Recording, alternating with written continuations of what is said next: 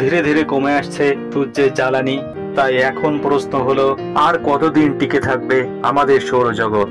আজ থেকে 13.8 বিলিয়ন বছর আগে বিগ ব্যাং এর মাধ্যমে সৃষ্টি হয়েছিল আমাদের এই মহাবিশ্বের। তখন থেকে এখনো পর্যন্ত সৃষ্টি হয়ে চলেছে অসংখ্য নক্ষত্র এবং একই সাথে মৃত্যু হচ্ছে অনেক নক্ষত্রের।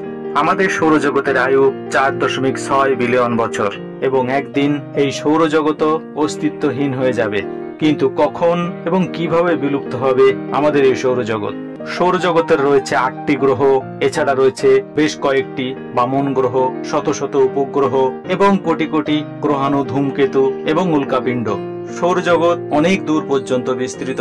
এর শেষ সীমানার দিকে রয়েছে কুইপার বেল্ট। নেপচুনের ওপারে রয়েছে একটি বরফে পূর্ণ অঞ্চল হেলিওপোজ, যেখানে সূর্যের চৌম্বক ক্ষেত্র শেষ হচ্ছে।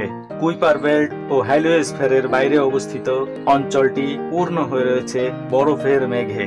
সূর্য তার বিশাল মাধ্যাকর্ষণ শক্তির মাধ্যমে সবকিছুকে একত্রিত করে রেখেছে। তবে সমস্ত নক্ষত্রের মতোই সূর্যও একদিন বিলুপ্ত হবে। এই মুহূর্তে এটি নিউক্লিয়ার ফিউশন নামে একটি প্রক্রিয়ার মাধ্যমে হাইড্রোজেনকে হিলিয়ামে রূপান্তরিত করে তাপ ও আলো উৎপন্ন করে চলেছে। সূর্য প্রায় আরো 5 বিলিয়ন বছর ধরে পোড়াতে থাকবে তার কাছে থাকা হাইড্রোজেন। এরপর শেষ হয়ে যাবে সেই হাইড্রোজেন জ্বালানি।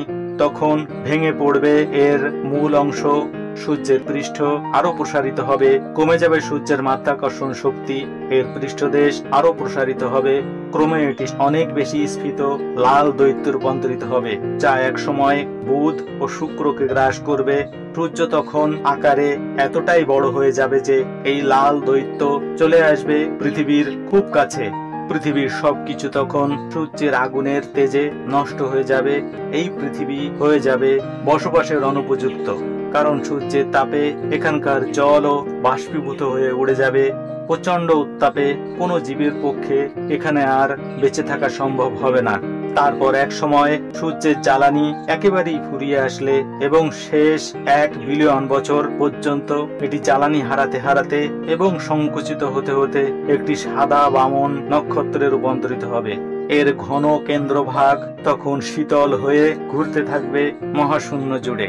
সৌরজগতের শেষ দিকে যখন এর মাধ্যাকর্ষণ শক্তি ধীরে ধীরে কমতে শুরু করবে, তখন পরিবর্তন ঘটবে ভারসাম্যের এবং সৌরজগতের গ্রহ, উপগ্রহ, ধূমকেতু, গ্রহাণু, উল্কাপিণ্ড ক্রমশ হয়ে উঠবে বিশৃঙ্খল। এদের মধ্যে ঘটতে থাকবে সংঘর্ষ। তাই সূর্যের আয়ুর শেষ দিক, অর্থাৎ এটি তার জ্বালানি হারিয়ে শীতল হওয়ার পূর্বেই এই সৌরজগৎ হয়ে উঠবে বসবাসের সম্পূর্ণ অনুপযুক্ত। আর সূর্য তার সম্পূর্ণ জ্বালানি হারিয়ে শীতল একটি পাথর খণ্ডে পরিণত হলে সমাপ্তি ঘটবে আমাদের এই সৌরজগতের।